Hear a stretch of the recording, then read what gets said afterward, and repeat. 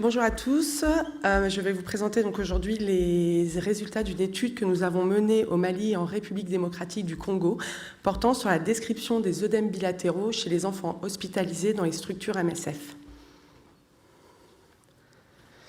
Les œdèmes sont retrouvés chez les enfants présentant des pathologies comme le syndrome néphrotique idiopathique ou l'insuffisance cardiaque aiguë. Cependant, sur nos terrains, ils sont très souvent associés au kwashiorkor.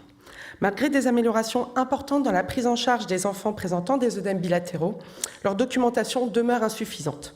Pour pouvoir planifier et cibler les interventions des équipes, pour mieux comprendre la nature des œdèmes et afin d'avoir une meilleure description des enfants que l'on voit dans nos hôpitaux, il est nécessaire et important d'avoir des données fiables.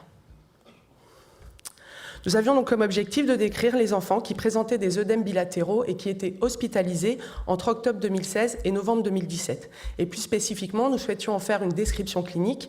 Nous souhaitons également déterminer le délai entre leur admission et la première fonte observée des œdèmes. Nous souhaitions aussi décrire leur durée d'hospitalisation et leur statut de sortie. Pour cela, nous avons mis en place une étude multicentrique prospective à l'hôpital de Rutshuru en République démocratique du Congo et à l'hôpital de Koutiala au Mali. Nous avons inclus tous les enfants âgés de 6 à 59 mois hospitalisés avec des œdèmes bilatéraux et nous avons recueilli quotidiennement leurs informations cliniques, anthropométriques, biologiques, nutritionnelles, leur traitement et leur statut de sortie.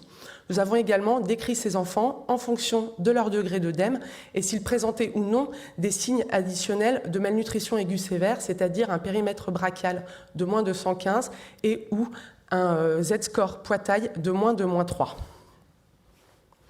Concernant les principaux résultats, nous avons inclus 1611 enfants, 488 au Congo et 1123 au Mali. 98% étaient âgés de plus de 12 mois. Une grande partie a été sevrée après leurs 12 mois et plus de 1 enfant sur 2 ne recevait pas du tout ou un seul repas comprenant des protéines par semaine.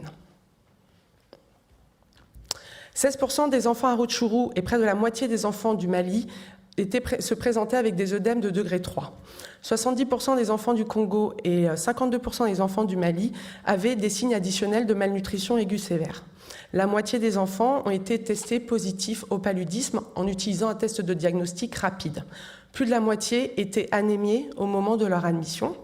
40% des enfants de Rutshuru et près de 70% des enfants du Mali étaient hypotendus et nous avons détecté une protéinurie chez près de 45% des enfants testés à Rutshuru et 8% des enfants testés à Koutiala. Nous avons aussi observé que les enfants qui présentaient des œdèmes de degré 3 étaient, comparés aux enfants qui présentaient des œdèmes de degré 2 ou 1, de façon significative, ils étaient plus nombreux à avoir des lésions cutanées au moment de leur admission. Cette observation, nous l'avons faite sur les 2 sites. Nous avons aussi observé qu'ils étaient de façon significative plus anémiés à leur admission, mais cette observation, nous l'avons faite qu'au Mali. Concernant les signes additionnels de malnutrition aiguë sévère, ces enfants-là étaient de façon significative plus hypotendus comparés aux autres enfants, au Mali et au Congo. Et au Congo, nous avons aussi observé qu'ils étaient plus anémiés. Concernant la durée d'hospitalisation, elle était de 7 jours au Congo et 5 jours au Mali. Et de façon significative, elle était plus longue chez les enfants qui étaient admis avec des œdèmes de degré 3. Le temps médian observé entre l'admission et la première fonte des œdèmes était de 3 jours au Congo et 2 jours au Mali. Et la majorité des enfants sont sortis d'hospitalisation en ne présentant plus d'œdème. Concernant la mortalité, 7% des enfants sont décédés durant l'hospitalisation. Et nous avons observé que les décès étaient plus nombreux chez les enfants qui avaient des œdèmes de degré 3, chez les enfants qui présentaient des signes additionnels de malnutrition aiguë sévère et chez les enfants chez qui nous avions détecté une protéinurie à l'admission. L'analyse des risques associés à la mortalité, l'analyse multivariée, a appuyé cette observation. Au Mali, la mortalité était associée aux œdèmes de degré 3, à une protéinurie à l'admission et à des signes additionnels de malnutrition aiguë sévère.